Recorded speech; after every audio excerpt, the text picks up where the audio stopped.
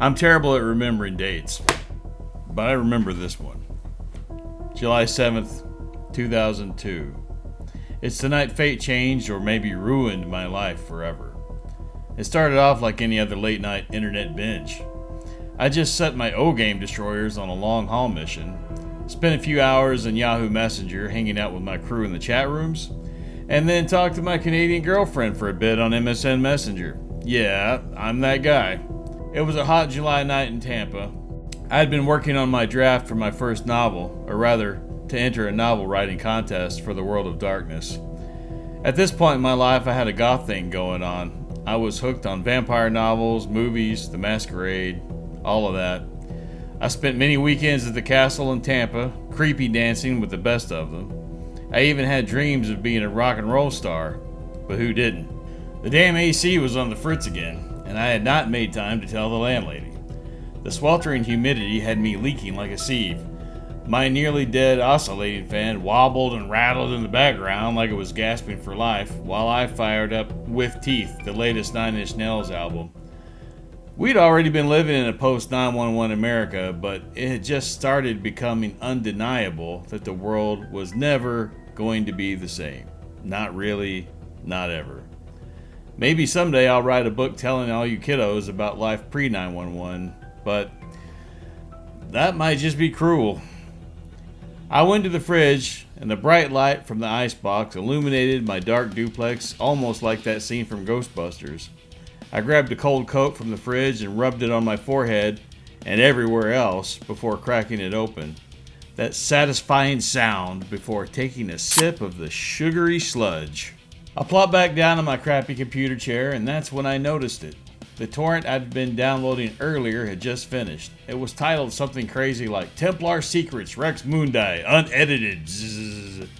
Most of the time it would have been a virus, a joke, a waste of a data stream, but something about it, the way it was posted, the way it was ignored. To tell you the truth, I half expected it to be a pirated copy of Kingdom of Heaven, the Ridley Scott film. You know, swords and crusaders, castles, just something to kill the night with. I often had insomnia, and thankfully I didn't have to work tomorrow.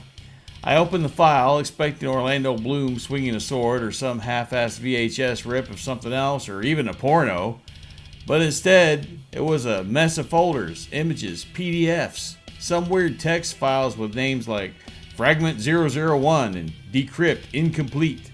No movie, no trailers, no Hollywood logos, no Keira Knightley. Just this creeping, sick feeling crawling up my spine, like I just cracked open something that wasn't meant for me. Don't get me wrong, I was no noob. I had studied bits of the occult after bailing on organized religion like J-Lo bailing on Affleck.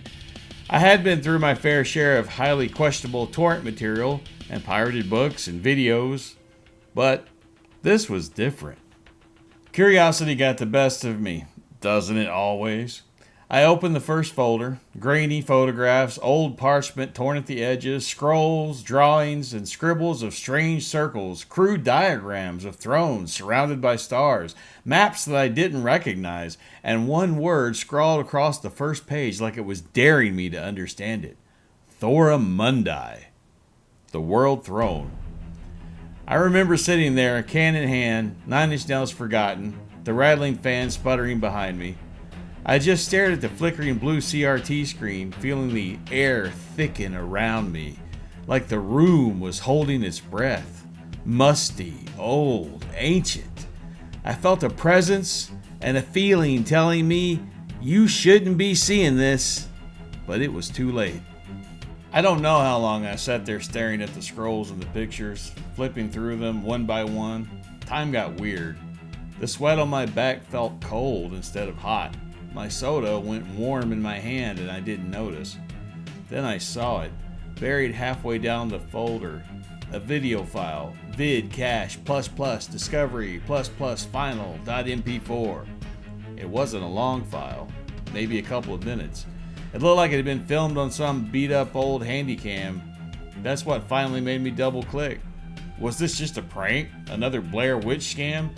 The screen flickered once and then kicked in. No credits, no music, no intro, just grainy handheld footage. Two guys in ratty jeans and work boots squeezing through a narrow crack in a stone wall, while one of them went on about some story. So the story goes, man, the Templars were here, right? Before anyone, before Columbus, before the Vikings, and they left us treasure. The camera turns a corner. John, holy shit, dude, oh my God, there's an old chest and swords. On the screen, I see scrolls and what looks like could be gold. I see a Templar cross on something. And then the guys go on. Wait, are you freaking kidding me? It's real? We found it? It's freaking real? Oh my God, James, look at this! Freaking look! The camera panned wildly, catching flashes of gleaming gold under layers of dirt. Tarnished chests, crumbling scrolls tied with blackened cords, what looked like stone tablets and strange markings. The moment I saw it, that altar of gold and bone, forgotten by time, it filled my screen and the room shrank.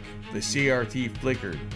I'm not being poetic. I mean, it literally felt like the walls were closing in. The air turned heavy, syrup thick. Colors drained into this washed out sepia tone. I felt like I was inside of an old photograph, and my ears started ringing. I couldn't move. My pulse slammed through the side of my neck, hammering against my skin like it was trying to escape. I felt it. This presence. It was palatable. Something or someone was in the room with me, watching, waiting, observing, judging. I scrambled back from the desk so fast I had tipped over in the frickin' chair. The Coke can clattered to the floor, spilling sticky puddles across the tile.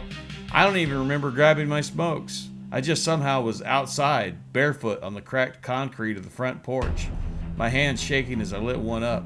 Inhale, exhale, inhale, exhale. I looked up at the night sky. The moon was just a sickly yellow fingernail grinning at me from behind those foggy clouds on thick summer nights. I heard thunder rumble in the distance and saw the horizon light up in a flash. The night air was buzzing with the sound of cicadas and crickets and mosquitoes. But it was the only thing keeping me from breaking down completely. I remember thinking, am I high? Did someone spike something? But no, I was broke. Too broke to afford beer, much less drugs. It wasn't chemicals, it was something else, something real. After a while, and I don't know how long, my hands stopped shaking, the world stopped tilting under my feet. I crushed the cigarette out under my heel. I looked back at the screen door, at the blue flickering glow from my CRT bleeding through the cracks. I could hear the 9-inch nails faintly coming through the walls. I should have walked away. I should have shut it all down, deleted the files, burned the hard drive, pretended none of it happened. But instead, I opened the door and I went back in.